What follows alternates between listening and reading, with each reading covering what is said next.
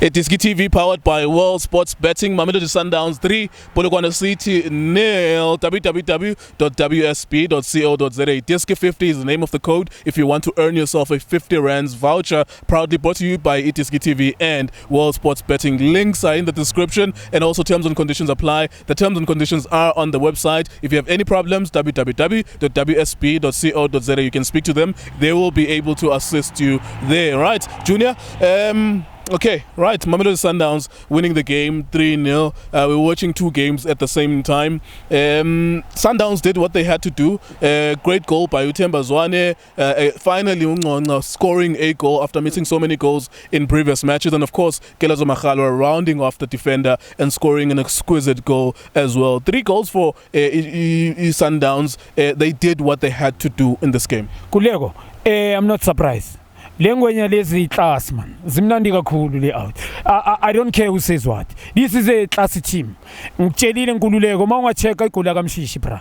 Lengwenya last thing engakhuluma ngayo ngathi I was not impressed, especially khona igame engibukelile Pirates. Very not impressed about him.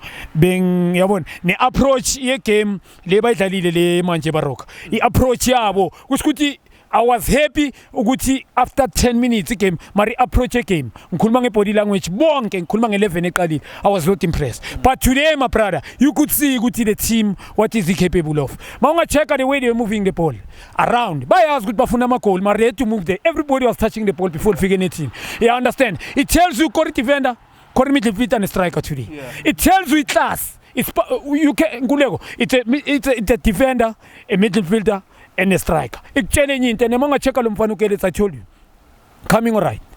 I'm not a fan of abantu abakichimayo, but ingwenya ikucoach grand ikulungisa ukama fika akichima kanje ku Sundowns, but because of utholi ingwenya it was limited speed because imfaka makumele imfake. You understand? Umchiti menza khale. Ene mangamcheka lapho umunye umuntu bekalishaya goalkeeper lishaya isifu. Lengwenye ngeza ukuthi defend ihlale phansi. And then finish. Well goal mfethu iclass. And umshishi mfethu mangacheka movement of the ball lapho. Udlalile umchiti ubonile ukuthi ingwenya silelo asibamba ngesangwethu washayinet. Far post to goalkeeper zanye. You understand? Ikutshele linye iclass abantu laba and ukhumbule lomfana uKeletso ubuya on the bench.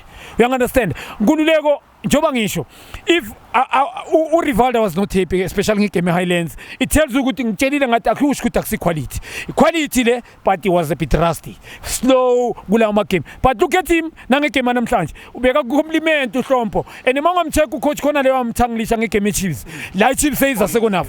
Yeah, today among check I was consistent. Beyangal bambi uyalitrapel pass his job lepo modlala lapha itraffic lapha uyambona uhlompo wenzani akarani nalo itraffic you play you pass. You understand? So we were complimenting. There was a coordination between him and Trompo today. And Mabu as well. Very impressed with him today. Namhlanje umchita mela show up. He had shot a target in the expected. Bang shifty from up front, but he set a back. There's something wrong about you. Yeah. I mean, Sundowns could have scored 5, 6, and they could have actually closed the goal difference. Namhlanje, there was a disallowed goal by Sereno as well. There were so many opportunities, one-on-one. Kamabue, as you talk about him as well. Let's touch on the idea, Yaguti, on the last game. If Sundowns and Chiefs win their matches, Sundowns will have to win 5-0. In their final game against the Black Leopards.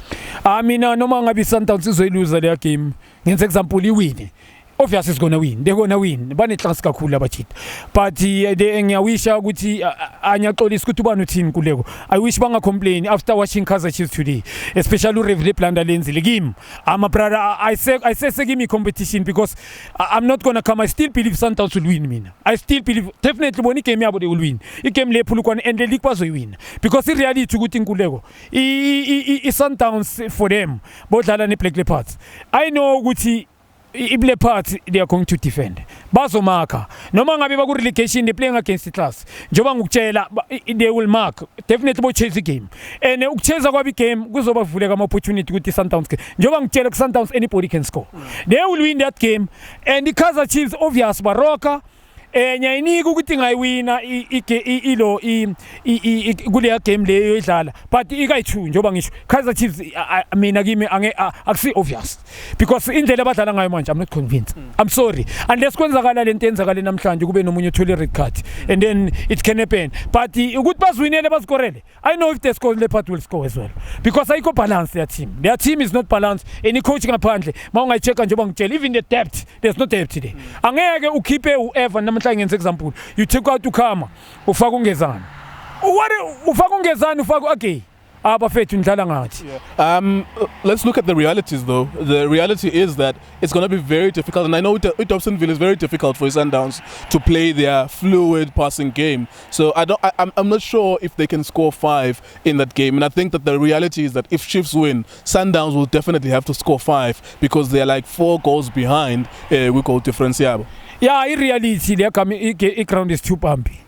Iba costile ngale game kunebhola elipampile kuphakamani mahlambi omunye umuntu angeka ayibona uzothi sayimene mafethu you need to tell the reality this team is good bafethu a class is class yeah ukuthi lapha ibasuthi mawungaba check iba costile ngale game lebe bayidlala manje this game ebaroka that iba cost khona i1-on-1 ilipampe kayi2 kuphakamani leyabhola and ungamblame uphakamani phela if grounded bumpy la ile team is a team that kune build up la alweli phambili it's rare liqala ku build up le center and then there's fika phambili ku minimize ama touches there's movement of the ball anything and you understand so it tells you ukuthi iclass abanalo ukuthi la kune structure madoda kune culture kune structure culture is a structure uyangana ne philosophy you understand and then there's individual brilliant so ikutshela enye into nkululeko so i-team njengeSanta with a good technical team Pitso Msimani Manqoba and Rulani Mkwena imnandi kakhulu on the bench if things doesn't work out there's somebody that will come in.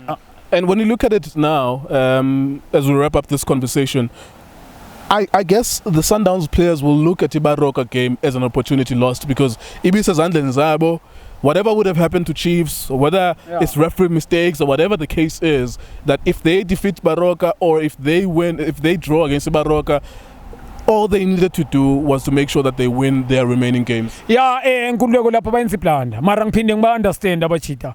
A lot was expected. Yeah, I see nami iplanda kibo le Baroka you ngitshelile ngathi they mustn't concede like today they didn't concede. If aba concede labachita laba ukora kusinkinga lapha inkinga ba consider ba approach igame ngendlela wrong and ebheki ba costa kanjani manje yaba costa sharp irrespective of whatever Kaizer Chiefs happen if Kaizer Chiefs won they bazobanika trophy which is the reality ngesibalekele so Sundowns score 5 goals, especially with the ground. Actually, the ground is suitable for them, style of play. But we win a game, meaning so we must score by saying we're gonna win, and you can score 5 goals. It's possible because the Babantu ngale ngisakutshela namanje they can end up ngetro. Abeko abamnandanga laba bantu. I'm sorry kusho so it's a reality. Sundowns must win. Forget about those people scoring 5 goals. Play their normal game. This is a thing of course, but they will end up conceding.